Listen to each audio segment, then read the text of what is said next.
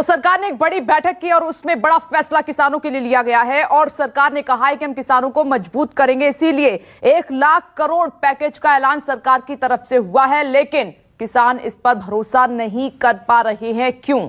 हम चर्चा करेंगे। खास मेहमान भी हमारे साथ जुड़ गए हैं।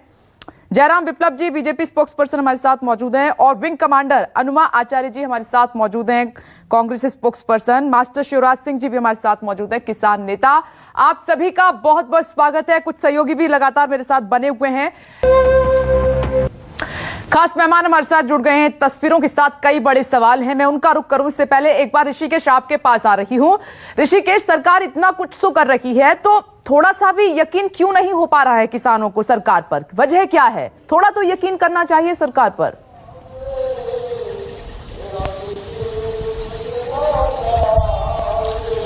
देखिए, सरकार और किसानों के बीच जो सबसे बड़ा अविश्वास का कारण जो संयुक्त किसान मोर्चा के जो नेता बता रहे थे, जो उनके एक्सपर्ट बता रहे थे, उसके मुताबिक कहा जा रहा था कि एपीएमसी कोई नई बात नहीं है और जो 1 लाख करोड़ रुपए का फंड दिया गया है, चाहे वो सहकारी समितियों को हो, मंडी समितियों को हो, वो पुराना चीज है और पुराने चीज को ही नए कलेबर में कर सरकार अपना पीठ थपथपा रही है। अगर वो कह रही है कि ब्याज मुक्त वो ऋण दे रही है और इंफ्रास्ट्रक्चर को डेवलप करने के लिए वो अलग अलग तरीके के ऋण देगी, तो सरकार ये क्यों नहीं मान लेती है कि जो उसने कानून बनाया है उसको रद्द करे और उसमें कोई व्यापक बदलाव की तैयारी करे। लेकिन व्यापक बदलाव के नाम पर सिर्फ और सिर्फ सरकार की मंशा, चूंकि 5 राज्यों में चुनाव होने वाले हैं और एक अपने तरह का माहौल बनाना चाहती है, इसीलिए इस तरीके की अनर्गल बातें करे। जो शब्द का इस्तेमाल किया गया है, जो 1 लाख करोड़ का पैकेज, उन्होंने कोविड का हवाला दिया कि कोविड के वक्त में भी एक बड़ी भारी भरकम राशि का ऐलान किया गया था निर्मला सीतारमण वित्त मंत्रालय की तरफ से। लेकिन नतीजे क्या निकले? देश दूसरे चरण से किस तरीके से हाहाकार रहा, त्राहिमाम रहा, ये पूरी दुनिया जानती है, पूरा देश जानता है। इसीलिए बातचीत का एक नया पृष्ठभूमि तैयार किया गया है सरकार की तरफ से, लेकिन किसानों को लगता अब भी है कि ये लॉलीपॉप है सरकार की तरफ से, क्योंकि आने वाले वक्त में चुनावी साल में किसान एक बड़ा फैक्टर होगा। देखिए, पंजाब में विधानसभा चुनाव है 2022 में, उत्तर प्रदेश में है, और इसीलिए सरकार की कोशिश है कि किसानों की हवा को अपने तरीके से अपने पक्ष में मोड़ा जाए। चुनाव को देखते हुए तमाम कदम उठाए जा रहे हैं। आ रही हूँ मैं ऋषिकेश, मेहमान भी हमारे साथ मौजूद है, जल्दी से मुझे उनका रुख करना होगा। जयराम जी, सीधा से सवाल मेरा यही है कि देखिए, फेरबदल के बाद बड़ी बैठक आपने की और किसानों के लिए एक बड़ा फैसला लिया है, बहुत कुछ कर रहे हैं, बातचीत के लिए इनवाइट भी कर रहे हैं, लेकिन सवाल यह है कि किसानों को आप पर भरोसा नहीं है, तो फिर इन सब का मतलब क्या रह जाता है? पहले तो भरोसा जगाना होगा ना आपको। विपनेश जी, देश में करोड़ों किसान हैं जिनका भरोसा मोदी जी पर, अपने प्रधानमंत्री पर और उनके ही द्वारा चुनी हुई सरकार पर पूर्ण रूप से है। कुछ किसान आंदोलनरत हैं, उनसे बातचीत के रास्ते खुले हैं। स्वयं कृषि मंत्री जी ने कहा है, कानूनों को निरस्त करने के अलावा जो कुछ विषय लेकर के आप आएंगे उसको सुना जी। लेकिन मांग तो उनकी वही है कि कानूनों को रद्द किया जाए, तो फिर बात कैसे शुरू होगी? ये तो उनको तय करना है ना कि वो अपनी जिद चाहते हैं, अपनी राजनीति करना चाहते हैं या फिर किसानों का भला चाहते हैं, क्योंकि केंद्र सरकार तो लगातार किसानों के भले के लिए काम कर रही है, चाहे वो 8वीं किस्त किसान सम्मान निधि की उन तक पहुंचाना हो या 1 लाख करोड़ के इंफ्रास्ट्रक्चर को व्यापक स्वरूप देना हो, जिसमें मंडियों के बेहतरी और उसकी समृद्धि के लिए काम हो, और साफ तौर पर इसमें एपीएमसी को, एसएचजी को, इन सबको शामिल किया गया है, एफपीओ को शामिल किया गया है। और न केवल सरकार के स्तर पर बल्कि संगठन के स्तर पर भी भारतीय जनता पार्टी ने एक लक्ष्य लिया है 1 लाख से अधिक एफपीओ बनाने का। ये सारी कवायद, सारी कोशिश किसानों के हित में है। हम किसानों के साथ ही खड़े हैं और जो प्रधानमंत्री जी का लक्ष्य है कि किसानों की आय को बढ़ाना, आप देखिए किस प्रकार से कोकोनट बोर्ड को लेकर के कल एक बहुत क्रांतिकारी निर्णय लिया गया, उसको प्रोफेशनल बनाने की पूरी कवायद चल रही है। तो ये सारी कोशिशें हैं, इनको समझनी होगी। समझाइए फिर किसानों को क्यों समझ में नहीं आ रहा है। मास्टर शिवराज जी, सब थोड़ा तो यकीन कीजिए सरकार पर। सरकार कई तरीका के फड्डा कर रहे हैं, मैं सरकार के लिए धन्यवाद करता हूं। 7 महीने बाद उसको याद आई। इन्होंने कितने किसान नेताओं को अपनी गोदी में बिठा रखा है। एक ठाकुर भानु प्रताप है जो भारतीय किसान यूनियन भानु का राष्ट्रीय अध्यक्ष कहता है अपने आप को, उसने कल ही मुझे गोली मार करके मेरी आत्महत्या करने की बात की है, क्योंकि सरकार किसान नेता जो आंदोलन में है उनको अलग अलग तरीकों से डराने की बात करती है। मैंने गौतम बुद्ध नगर के प्रशासन को ऑडियो क्लिप भी भेजी है, जिसमें मेरे मुख्य सचिव है सत्यवान चौहान, राष्ट्रीय सचिव है, उनको फोन करके उसने कहा कि जिस दिन मास्टर स्वराज मेरे सामने पड़ेगा, 500 गोली मैं उनकी छाती में उतार दूंगा। अरे भानु प्रताप भी आपकी अपनी राजनीति मत करिए सर, अपनी राजनीति मत चमकाइए, मुद्दों पर बात मैं करिए। ये कह आप बताइए, किसानों के मुद्दों पर बात करिए ना। आप लोग तो अच्छी लड़ाई किसान संगठनों की लेकर के अपनी राजनीति लेकर आ गए। कृपया किसानों की बात करिए। सुन लो यार, किसान खेतों में काम कर रहा है, उसकी बात करिए सर। सुन लो, आप अपनी राजनीति क्यों चमकाना चाहते? सुनोगे, चिल्लाते रहोगे। 4 दिन पहले राकेश टिकैत को धमकी दिलवाई, कल मुझे धमकी दिलवाई। तुम हमको डरा रहे हो या क्या करना चाह रहे हो, ये बताओ मुझे। जनता समझ रही है आपकी राजनीति क्या है, और तुम्हारी भी भाषा किसान भी देख रहे होंगे कि टीवी पर जब मौका मिलता है तो उनकी बात छोड़ करके ये अपनी लड़ाई लेकर के आ जाते हैं। अरे तुम्हारी भी भाषा समझ रही है, तुम्हारी भी भाषा समझ रही है। हमारी भाषा तो बिल्कुल समझ रही है, इसलिए तो जनता हमारे साथ है ना। अरे तेल महंगा, डीजल महंगा। रुक जाइए जयराम जी, एक बार बात करने दीजिए, एक मिनट बात उनको कंप्लीट। मास्टर शिवराज जी एक मिनट जल्दी से बात अपनी पूरी कीजिए। मैं ये स्क्रीन पर नहीं है मास्टर शिवराज जी, मैं आती हूं आपके पास, लेकिन अनुमा आचार्य जी, ये जो सरकार ने कल फैसला लिया है किसानों के लिए मंडियां मजबूत करने के लिए 1 लाख करोड़ का पैकेज का ऐलान हुआ है, कैसे देख रही हैं आप इसे? फिटनेस जी, आपका और जयराम जी का बोलना खत्म हो गया है तो मुझे बताइए, बीच में टोकिएगा बस मत। बोलिए, आप अपनी बात रखिए मैडम जी। तो मैं अपनी बात रखती हूँ कि जब अगर सरकार की ही चलना है, क्योंकि मैं आपका प्रोग्राम शुरू से देख रही हूँ और थोड़ा पहले से देख रही हूँ, जब सरकार की ही चलना है तो ये लोकतंत्र कैसा? जिन किसानों ने, जिन लोगों ने सरकार पे भरोसा करके उसे वोट किया, सरकार को उन पे भरोसा नहीं है। ये तो कमाल की बात है। आप देखिए, जो यूपीए 1 में 73% बिल जो पास हुए थे कानून, वो चर्चा के द्वारा 73% ऐसे थे जो चर्चा के द्वारा कानून पारित हुए थे। यूपीए 2 में 84% ऐसे कानून थे, और एनडीए का रिकॉर्ड है 19% कानून ऐसे हैं जो स्टैंडिंग कमेटी में या दूसरी कमेटीज जो होती है उसमें डिस्कशन करके आए हैं। आपने स्टेक होल्डर्स से डिस्कस नहीं किया है इन बिलों को। कल को ये कहा गया कि फाइनेंस मिनिस्टर ने पहले 20 लाख करोड़ का पैकेज दिया, फिर 6 लाख करोड़ का दे दिया। आप बताइए, उससे क्या अर्थव्यवस्था सुधरी? बिल्कुल नहीं सुधरी, क्योंकि लोन लेकर कोई घी नहीं पीता। उसी तरह की कहानी ये है, 1 लाख करोड़ आप एपीएमसी में डालेंगे। अरे भाई, एपीएमसी है, व्यापारी अंदर है, तो सरकार के कंट्रोल में होकर वो किसानों के साथ ये नहीं करता मनमानी। बाहर भी किसान भी नहीं बदलेंगे, व्यापारी नहीं बदलेगा, लेकिन उसके पास ये एक हो जाएगा कि उसके ऊपर कोई अंकुश नहीं रहेगा। तो ये बात हमको समझनी पड़ेगी। किसान के ऊपर दोहरी तिहरी मार है, उसके ऊपर पेस्टिसाइड की कीमतें बढ़ा दी जाती हैं, डीजल की कीमतें बढ़ गई हैं, फिर धीरे से उसको एक सब्सिडी देकर कहते हैं जी हमने तुम्हारे लिए कुछ किया और थोड़ा सा पैसा डाल देते हैं। जब 15,000 करोड़ लागत बढ़ी है तो आज 6,000 रुपए डालकर उसके खाते में 15,000 रुपए प्रति हेक्टेयर उसकी लागत बढ़ती है, तब आप 6,000 रुपए डाल के कहते हैं हमने तुम पर एहसान किया। तो ये बातें ध्यान रखिए, क्योंकि उसे मुफ्त कोई चीज बाजार में नहीं मिलती, उसे मुफ्त कोई चीज बाजार में नहीं मिलती, लेकिन किसान मरे तो सुर्खियां अखबार में नहीं मिलती, और आप लोग उनके साथ शामिल नहीं होंगे। ऐसे लोगों के साथ मैं मानती हूं कि आप किसानों के मुद्दे उठाएंगे। डे 1 से इसमें कोई शक नहीं आपको करना चाहिए कि न्यूज़ 24 डे 1 से पूरी ईमानदारी के साथ, चाहे महंगाई का मुद्दा हो, किसानों का मुद्दा हो या देश की अन्य समस्याएं, पुरजोर तरीके से उठाता आया है। इस पर जयराम जी को जवाब देना चाहेंगे। इस पर आए एक आरोप आप पर शुरुआत से लग रहा है कि ये जो आप कृषि कानून लेकर आए, आपने बात नहीं की किसानों से, जबरन थोप दिए। अब आप कह रहे हैं कि आइए बात कीजिए, विकल्पों पर बात करते हैं, ये कैसे हो सकता है?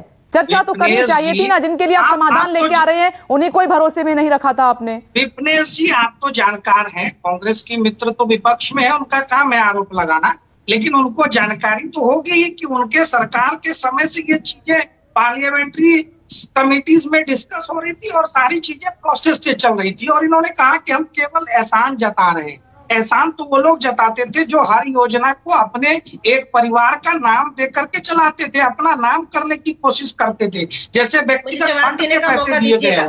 प्रधानमंत्री जी ने तो ये इसको एक नाम दिया प्रधानमंत्री किसान सम्मान निधि। अपने नाम की चिंता नहीं की कि हमको नाम कमाना है। किसानों की आय में बढ़ोतरी हो तब तक जब तक कि उनको थोड़ा सपोर्ट किया जाए, उनको एक सम्मान दिया जाए। और जो स्थितियां बन रही है, लगातार सरकार इंफ्रास्ट्रक्चर को मजबूत करने का काम कर रही है। एक और आरोप लग रहा है कि मंडियां खत्म हो गई खरीदने की, अभी बहुत सारे लोग कह रहे थे, तो क्या वो राजनीति से प्रेरित नहीं है? आज तो मैं ये सवाल पूछ रही हूँ कि आप किसानों को भरोसा क्यों नहीं दिला पा रहे हैं, उनको भरोसे में क्यों नहीं ले पा रहे हैं? 9 महीने हो गए हैं, क्या वजह है इसके पीछे? कह रहा हूँ, देश में करोड़ों किसान हैं जिनमें से कुछ लोग असंतुष्ट हैं, नाराज हैं या विरोध में हैं। उनके अपने कारण हो सकते हैं, सरकार उनको भी साथ लेकर चलना चाहती है। तो ये मत कहिए कि पूरे देश के किसान सरकार पर विश्वास नहीं करते हैं। नहीं, वो बॉर्डर पर सर्दी गर्मी, बच्चे औरतें सब ऐसे धूप में सर्दी में वो वहां पड़े रहे, तो क्या वो आपको किसान नजर नहीं आए क्या? ऐसी बातें मत कीजिए जयराम जी टीवी पर बैठ के, धक्का लगता है इसको। ठीक है, आप लेकर आए एक राहत पैकेज, उस पर हम बात भी कर रहे हैं। शब्द मत डालिए आप तो। एक मिनट सर, एक मिनट अनुमा जी, मैं 1 मिनट आती हूँ क्योंकि शिवराज जी इस पर कुछ कहना चाह रहे थे, उनकी बात कंप्लीट नहीं हो पाई। ये किसान जो मास्टर शिवराज जी 1 मिनट रुक जाइए, विप्लव जी 1 मिनट रुक जाइए। आप ऐसा क्यों बता रहे हैं? नहीं, 1 मिनट रुक जाइए। मास्टर शिवराज जी अपनी बात कंप्लीट कीजिए और मेरे सवाल का जवाब दे दीजिए सर, कि थोड़ा सा भरोसा करके आगे बढ़िए और थोड़ी बात तो कीजिए सर। मैं ये कह रहा हूँ, एक तो जयराम जी चिल्लाते ज्यादा है, शायद इनका करंट ज्यादा है सत्ता में आने के बाद, क्योंकि इनका थोड़ा सा संयम रखिए। मैं आपके बीच में नहीं बोलता, मैं आपके बीच में नहीं बोलता। तुम बोलते। जयराम जी बोलने दीजिए उनको, प्लीज एक बार बोलने दीजिए, आपकी बारे में नहीं बोले थे। आज इनके हाथ में ना महंगाई है, ना इनके हाथ में बेरोजगारी है, ना इनके हाथ में डीजल के रेट है, ना इनके हाथ में बिजली के रेट है, ना इनके हाथ में। चलिए ठीक है, 1 मिनट में लौट रही हूं, मुझे बॉर्डर से कुछ अपडेट मिल रहा है। और प्रभाकर, एक बार फिर से मैं आपके पास आ रही हूं। प्रभाकर, जो बात आपने बड़ी कही वो यही थी कि भरोसा पूरी तरीके से खत्म है। जब तक ये सरकार किसानों को भरोसे में नहीं लेगी, तब तक आप कितने भी बड़े पैकेज का ऐलान कर दीजिए, फिर बात कहां बनेगी बिना भरोसे के? आप बताइए।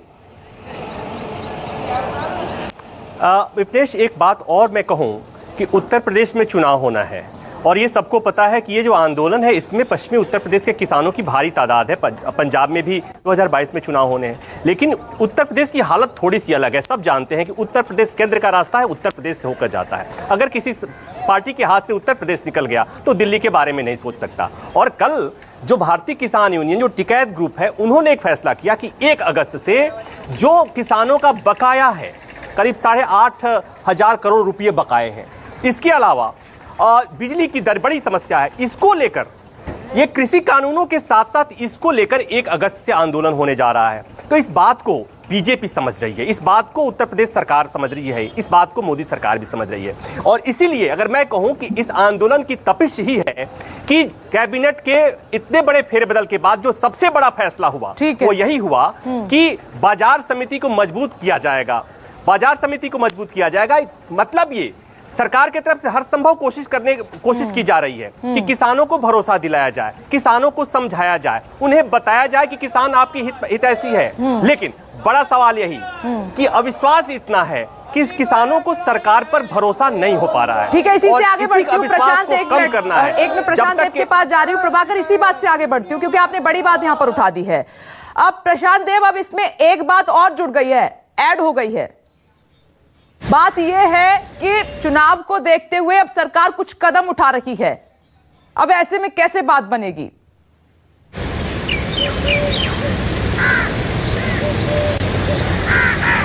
देखिए विपनेश, ऐसा है कि अपने अपने तरीके से इसको परिभाषित किया जा सकता है। सरकार शुरू से कहती रही है कि हमको वो किसान की हितैषी है, और अब इसको कल जो फैसला लिया गया है इसको इस तरह से कुछ लोग समझ सकते हैं कि सरकार दबाव में है। सरकार ये कहती है कि नहीं, हम तो शुरू से हितैषी हैं, तो हमने हमेशा फैसले लिए किसान के पक्ष में, इसलिए फिर से एक बार फैसला लिया है। तो तमाम सरकार के दावे अपनी तरफ हैं और किसान नेता जो हैं उनके दावे अपनी तरफ हैं, उनकी मांग अपनी तरफ है और ठनाठनी बनी हुई है।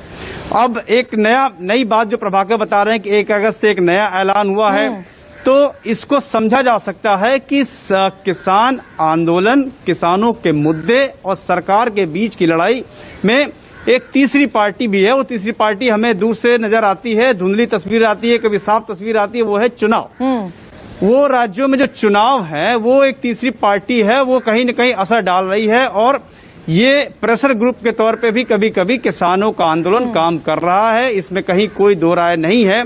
तो ये जरूर लगता है कि किसान जो है, किसानों को लगता है कि सरकार इस बात पे झुकेगी, वो उनको झुकाएंगे, क्योंकि चुनाव है और मेरे पास चुनाव में वक्त की कमी है, मैं छोटा छोटा रिएक्शन चाह रही हूँ, लेकिन इसमें आप इंपॉर्टेंट बात ये कह रहे हैं कि किसानों के हाथ में भी अब हथियार है कि चुनाव में सबक सरकार को सिखाएंगे। सरकार को भी डर है, किसान एक बड़ा फैक्टर साबित हो सकते हैं, नुकसान ना हो जाए कहीं। ऋषिकेश, आपके पास आ रही हूं। अब ऋषिकेश, सवाल यह है कि 1 अगस्त को एक बार फिर से किसानों ने चेतावनी दी है प्रदर्शन की, तो क्या उससे पहले एक कोशिश बात की नहीं हो सकती है? क्या एक बार करके देख लेते हैं बात, क्या पता कुछ विकल्प निकल जाए, कुछ ऐसी कोशिश तो होनी चाहिए।